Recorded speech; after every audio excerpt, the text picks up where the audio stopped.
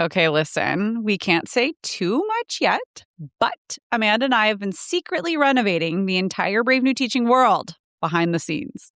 We are taking our entire podcast, our shop, our workshops, combining them into one massive university.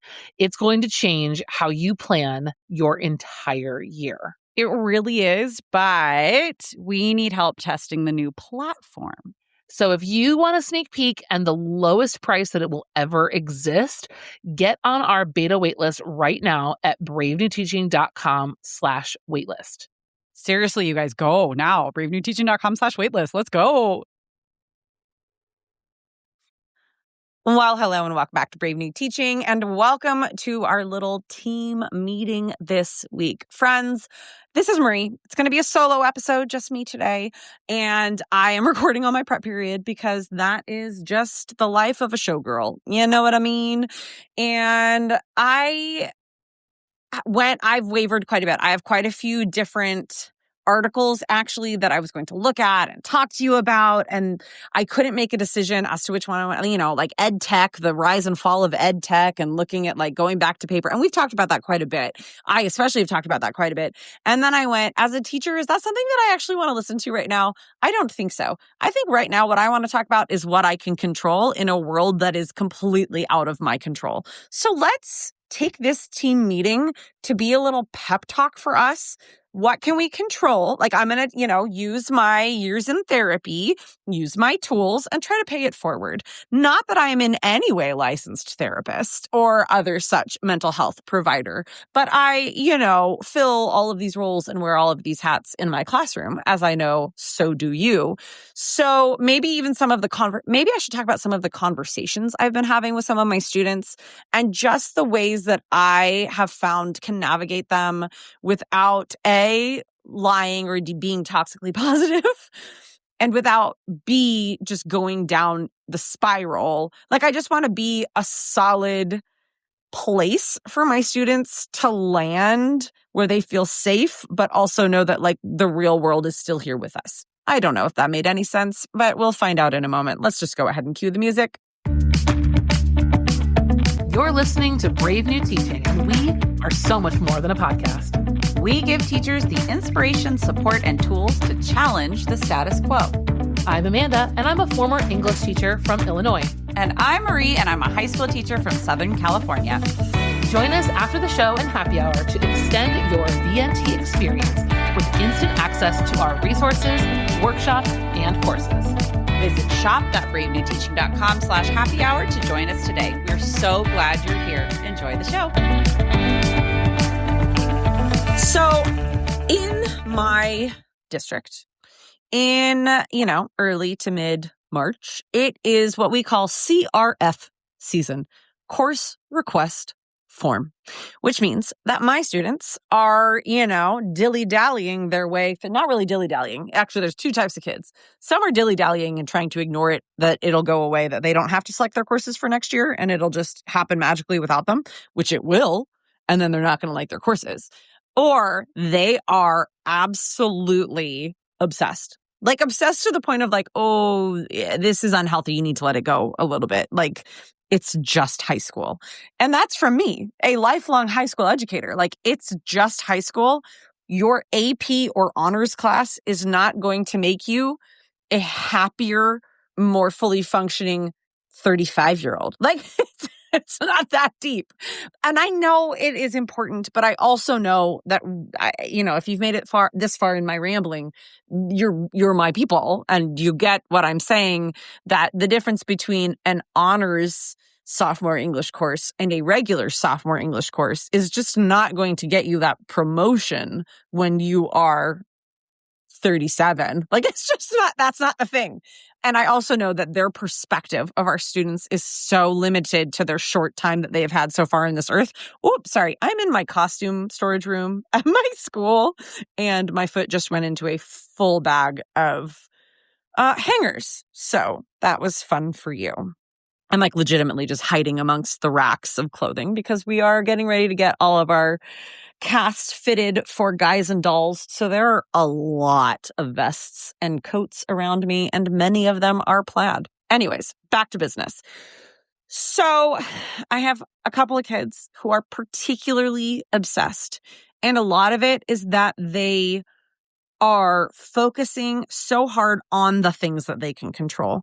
They can control the courses for which they sign up. They can control how rigorous, it appears their school schedule is, because they can't control whether or not they get into certain colleges, right? They can only control what they do leading up to their application, what they put on their application, and what they write about, if they need to write the little personal insight questions, if it's a UC or like whatever it is, or, if they've got writing samples, they can control that. And that's about it. After that, all the control goes away. And for the kids, I'm just finding an anxiety that has grown and grown and grown over the years that is not exactly the way it used to be. Like, it is different than our kids were pre-COVID. And my going theory, and tell me what you all think about this, please.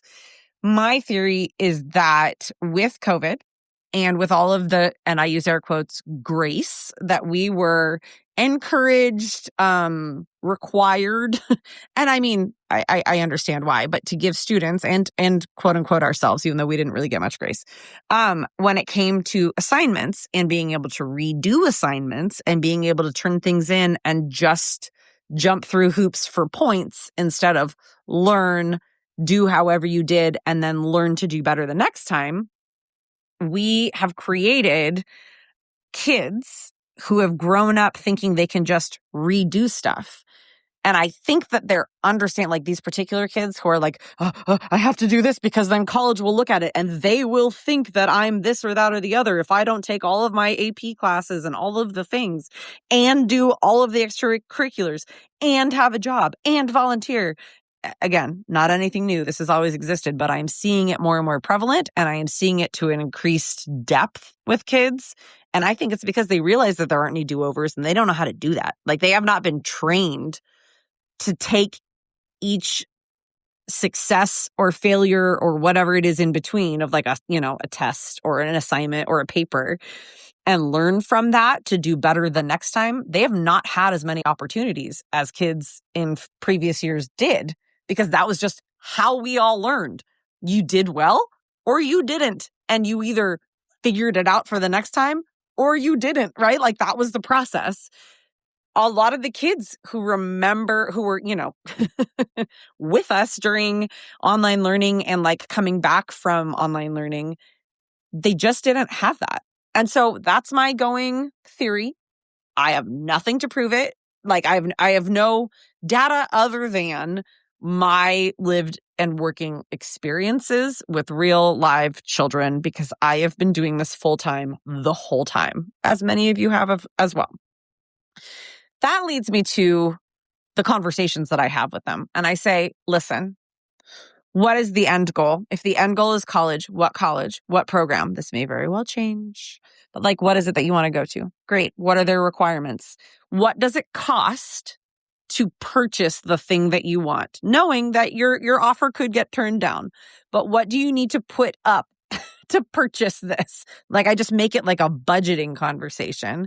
And then it's, okay, so what are you going to put in your bank account, which is like their class schedule? What are you willing to budget of your time and energy and emotional health to be able to put those things in your bank account to go forward and like hopefully get into the program you want to get into? Somehow that conversation clicked for quite a few kids, and it made me think about us and in our classrooms and how trying to find the things that we can control when so much of the world is out of control and the things we used to be able to control are maybe soul sucking right now. Where are the places? Like, what is our desired outcome? What will it cost to get that outcome, knowing that our offer might get rejected? It might not work out. But if I'm going to hedge my bets and try to get that desired outcome, what am I going to be putting into my proverbial bank account in order to get towards that goal? So like, as a theater teacher, we'll put it this way. As a theater teacher, this is very much something I'm dealing with right here today. We are on a quarter system at my school, so kids only have 4 periods of the day where they can take classes.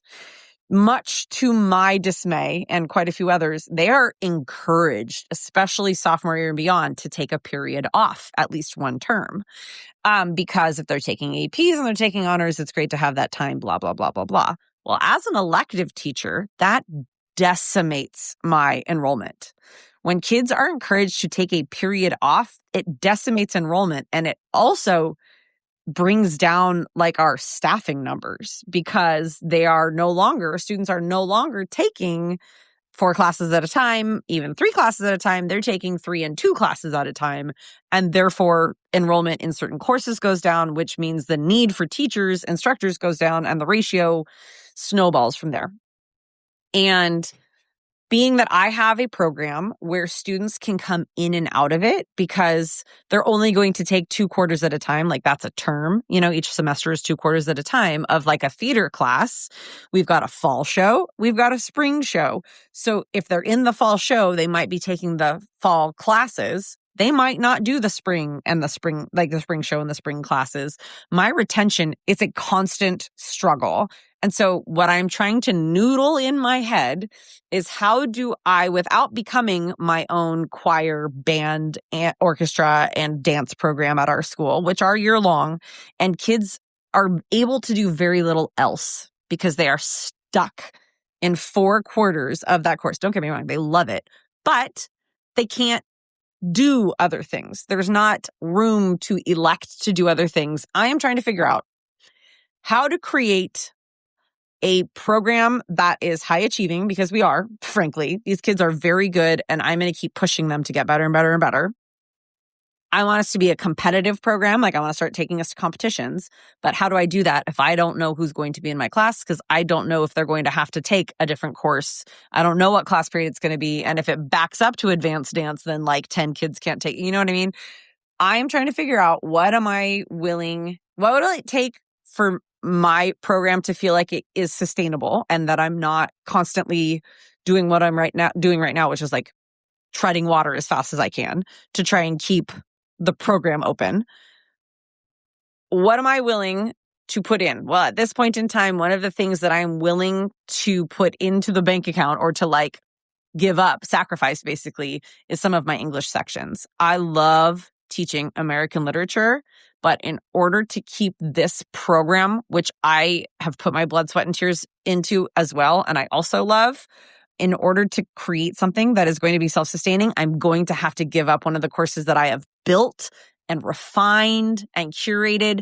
I think next year I'll have at least one section to teach, but I don't know what that's going to look like in the future. And I've had to come to grips with that, right? Like that's one of the things I'm putting in this bank account to try and pay for my desired thing. I'm also going to have to let some of the kids who have not made time in their schedule for these classes, they cannot be my priority. It has to be the kids who want to take the classes, who will learn from me in class to then be even better in the extracurricular stuff that's after school. Like my focus has to go on them in order to keep it growing. And that is very hard for me to do because I've had a program that has been mostly after school. Anyways, I don't know how much this is going to benefit you in your classroom other than look at what you want. Do you want a classroom that runs on its own, that has routine? Then I think you're going to have to give up some of your instructional time. You're going to have to give up some things in order to really reinforce routines and train kids over the next 3 weeks or so, in order to build up that stamina where kids then start doing routines on their own. And then maybe you can build back in other stuff. If you have got a really hard, you know what I mean? Like that's just one little example. Anyways, I have rambled quite a bit. I hope that this helps. I just know when people are like, well, focus on what you can control. You can only control your own reactions. That is not necessarily the focus on what you can control that I'm talking about. I'm talking about what is it that you can actively do that will help move the needle to make you feel better in the moment, right? Like if it's closing your door at lunch because even though, yeah, the kids need a place to go, but you need a little bit of silence. I don't know if you guys can hear my students who are off roll right now through the wall, they are playing a video game and they are so loud. And I'm going to go tell them in a moment. We have rehearsal after school. So they have an off roll, even though they should be in a class. Yeah. What are the things that will, like, what is the thing that's going to make you feel better? What do you need in that, emotional, physical, whatever time, energy bank account to get you there? And how are you going to make those deposits? What is it? What sorts of things are you going to do or not do or sacrifice or concede or whatever in order to get there? Yeah. I mean, I have a lot of thoughts on these things. I'm probably going to have to move rooms, which is something that I'm like, no, I love my classroom, but I also do know it's going to be better for me in the long run to not be running all around campus, all little deposits that I am making. I don't know. I also might be talking about first world problems compared to what I know a lot of people are dealing with right now. So this is very much, I want this to be an open conversation. Come and chat with me on the BNT Instagram or on my own, well, hello, it's Marie, so that we can just talk to each other and see what's working for other people and see what's making people feel better, because the world is on fire and everything is hard. So let's be in it together. Anyways, thank you for hanging out. Your assignment this week is to figure out what it is that's going to make you feel better and how you can get there. And I need to go see what is happening in Mario Kart, because apparently these boys are really shouting through the wall. And I will see you next time. Bye, friends. Thanks again for listening to Brave New Teaching. We'd love to keep the conversation going over on Instagram. And while you're there, check out the links in our bio for the most up-to-date events going on in Happy Hour and the Brave New Teaching community. Thanks for being here and have a great week at school.